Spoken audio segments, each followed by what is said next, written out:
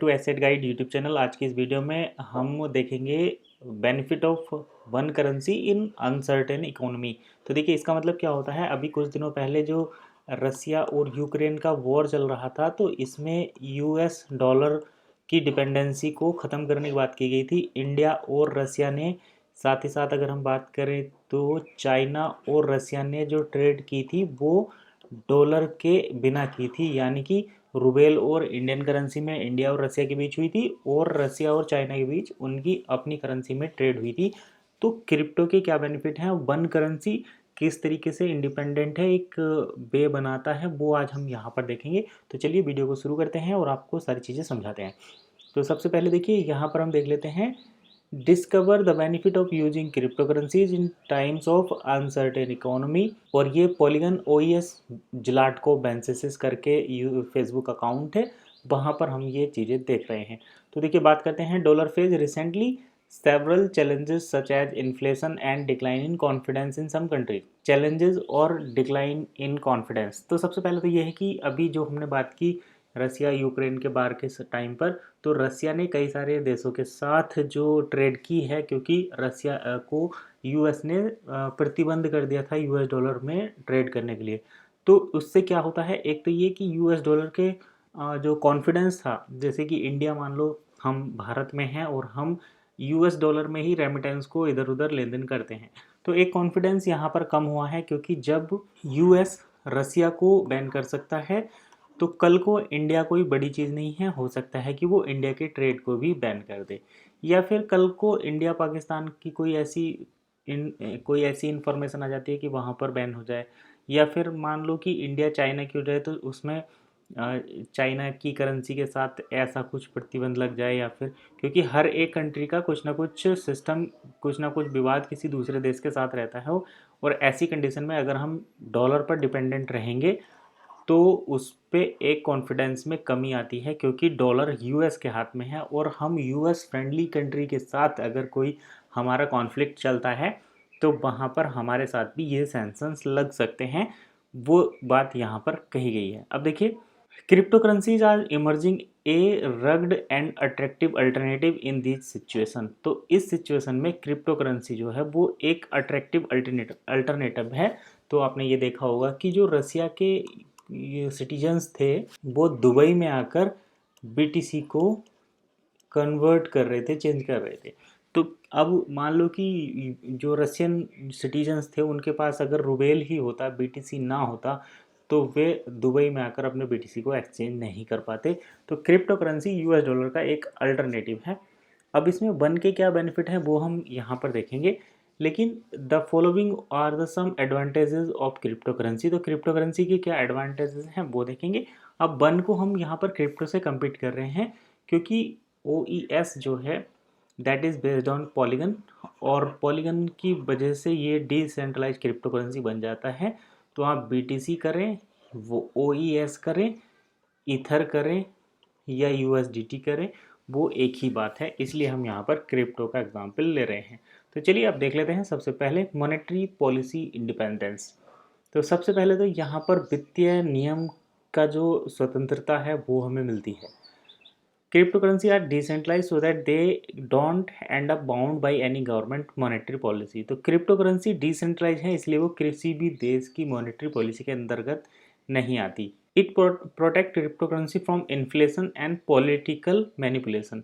तो इससे जो है इन्फ्लेशन यानी कि महंगाई और पॉलिटिकल मैनिपुलेशन से ये मुक्त रहती हैं, which is specially useful during the times of unstable economy.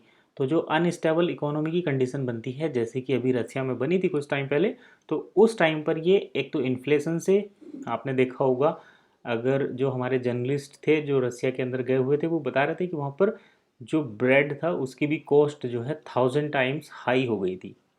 वो किस वजह से हुई थी, क्योंकि जो स्टॉक था लोगों के पास, ब्रेड का जो स्टॉक था वो लिमिटेड था, बाहर से आ नहीं रहा था।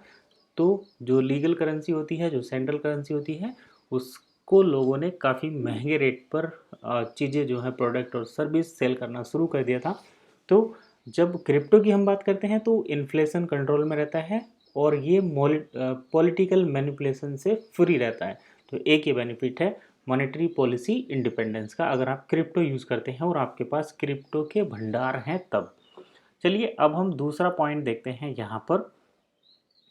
तो दूसरा पॉइंट जो है हमें मिलता है देखने को, that is security and privacy. तो सिक्योरिटी प्राइवेसी में crypto currency transaction are based on advance encryption technology. तो ये एडवांस इनक्रिप्शन टेक्नोलॉजी की हम पहले कई बार बात कर चुके हैं। ब्लॉकचेन ट्रांजैक्शन जो होता है कि ब्लॉक बनते हैं, टाइम फ्रेम के साथ बनते हैं, और फिर अगर आप इसमें कुछ चेंज करेंगे, इनक्रिप्टेड डाटा को चेंज करेंगे, तो आपको कम से कम 50% ब्लॉक को चेंज करना पड़ेगा, मॉडिफाई करना पड़ेगा, जो कि लगभग इम्पॉसिबल सा रहता है। तो इसलिए यहाँ पर सिक्योरिटी आपको मिलता है। So they are very secure. It is also require no disclosure of sensitive personal information. और अब जब आप डिसेंट्रलाइज क्रिप्टो को यूज़ करते हैं तो वहाँ पर आपको अपनी पर्सनल इन्फॉर्मेशन को रिवील करने की ज़रूरत नहीं है।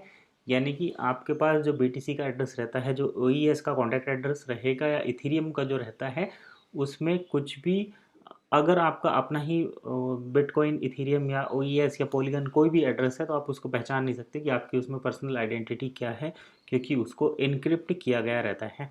सो प्राइवेसी प्रोटेक्शन ज़्यादा मजबूत हो जाता है compare to existing payment method. ठीक है, अगला पॉइंट है यहाँ पर ग्लोबल एक्सेसिबिलिटी मिलती है।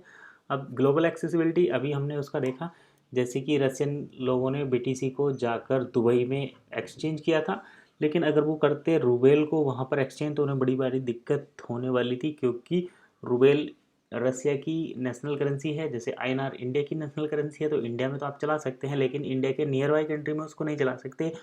फ़ॉरेन किसी भी कंट्री में आपको बड़ी दिक्कत होती है। लेकिन जो BTC जैसी करेंसी रहती है, इथीरियम जैसी रहती है, पॉलीगन जैसी, OES जैसी जो करेंसी हैं, इसको आप ग्लोबली कहीं पर भी एक्सचेंज कर सकते हैं। That is the main benefit, global accessibility. Cryptocurrency will eliminate geographical barrier and facilitate internal trade. You can give and receive payment quickly and efficiently regardless of the geographical location of the transaction person. This is especially useful for business looking to expand worldwide. अब देखिए, अगर हम बात करें यहाँ पर, तो अगर आप अमेज़ोन की बात करें, तो इंडिया में .in करके अमेज़ोन पर बिजनेस होता है, क्योंकि यहाँ पर INR करेंसी चलती है। अगर US में बात करें तो .US करके अमेज़ोन का .com है, तो वहाँ पर US डॉलर चलता है। तो जब आप ग्लोबल एक्सेसिबिलिटी की बात करते हैं, तो जो क्रिप्टो करेंसी वाले जो वेबसाइट हैं या ई-कॉमर्स प्लेटफॉर्म है, वहाँ पर आप वन को या किसी भी क्रिप्टो को, जो क्रिप्टो पेमेंट एक्सेप्ट करते हैं, ग्लोबली एक ही सिंगल डोमेन के साथ यूज कर सकते हैं। उससे जो बायर या सेलर हैं, उनकी लोकेशन का कोई इम्पैक्ट नहीं पड़ता। आप क्रॉस बॉर्डर भी उसको ट्रांजेक्ट कर सकते हैं। तो ग्लोबल एक्सेसिबिलिटी एक बड़ा बेनिफिट है क्रिप्टो करेंसी का, डिसेंट्रलाइजेशन का।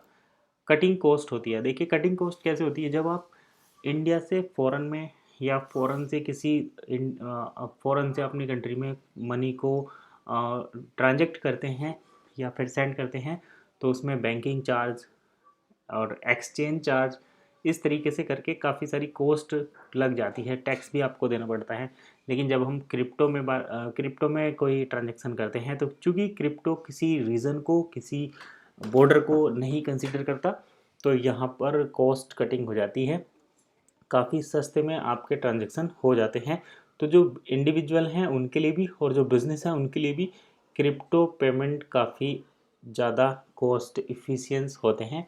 तो ये बेनिफिट है क्रिप्टो करेंसी में पेमेंट को लेन देन करने का। अब देखिए, टेक इनोवेशन की भी हम यहाँ पर बात करते हैं, क्योंकि ये सब टेक की वजह से ही पॉसिबल होता है। यहाँ पर आप देखिए टेक इनोवेशन, और एक वर्ड हम बहुत ज़्यादा सुनते हैं, दैट इज़ फिनटेक, यानी कि फाइनेंस और टेक। तो crypto currency is based on blockchain technology that allow all transaction to be transparent and securely recorded. तो क्रिप्टो करेंसी में ट्रांजेक्शन जो है वो ट्रांसपेरेंट होनी चाहिए।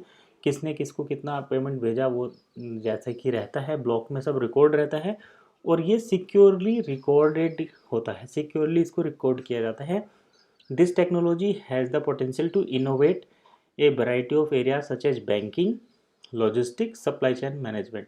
तो इसका हम एक दिन डिटेल में डिस्कशन करेंगे। बैंकिंग, लॉजिस्टिक और सप्लाई चेन मैनेजमेंट का कि क्रिप्टो इसमें किस तरीके से इसको बूम करेगा। फाइनेंस टेक कैसे एक साथ आ रहे हैं और मिलकर फाइनेंस और टेक किस तरीके से एक साथ आ रहे हैं और मिलकर फिनटेक बना रहे हैं।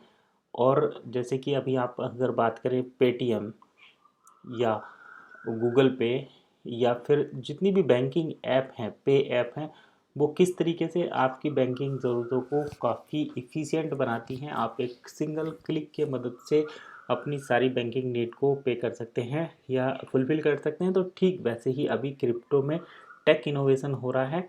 मास्टर कार्ड की अगर हम बात करें तो लोग यहाँ पर ये इन्फॉर्मेशन पहले ही सुन चुके हैं कि क्रिप्टो करेंसी अभी अपने मास्टर कार्ड लॉन्च कर रही है।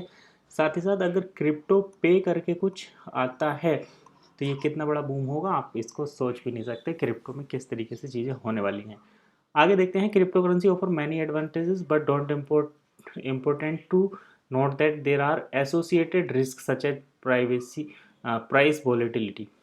तो रिस्क भी होते हैं, बेनिफिट है तो रिस्क भी है। सबसे बड़ा जो रिस्क है वो है प्राइस वॉलेटिलिटी की, क्योंकि प्राइस यहाँ पर कभी भी घट बढ़ सकता है, इसको आपको ज़रूर ध्यान में रखना चाहिए। लैक ऑफ रेगुलेशन है, क्योंकि कुछ कंट्री में अभी तक भी क्रिप्टो को सही से रेगुलेट नहीं किया गया है, कहीं पर तो इसको लीगल टेंडर भी नहीं माना जाता। तो जो बड़े इशू हैं दैट इज़ प्राइस वॉलेटिलिटी, जैसा कि हम यहाँ पर देख रहे हैं। पहला है प्राइस वॉलेटिलिटी और दूसरा है लैक ऑफ रेगुलेशन।